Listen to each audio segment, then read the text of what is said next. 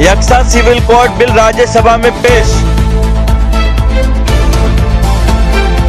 उज्जैन में इंतजामिया की जानिब से मुसलमानों को मकान खाली करने का नोटिस जारी किया गया। सुप्रीम कोर्ट में दफा 370 से मुताल्लिक अर्जी पर समाअत में ताखीर नाइंसाफी के मुतरादिफ रऊफ भट्ट। AMU में ज़ेर तालीम कश्मीरी तालिब इल्म लापता। ट्विटर फाइल पार्ट 2 में माइक्रो ब्लॉग पर शैडो पाबंदी का इंकिशाफ। बांग्लादेश की मेजबानी में पहले बैनुल अक़वामी बेड़े के जायजे में भारतीय बहिया की शिरकत। इंडोनेशिया में कोयले की कान में धमाका, 9 मजदूर हलाक।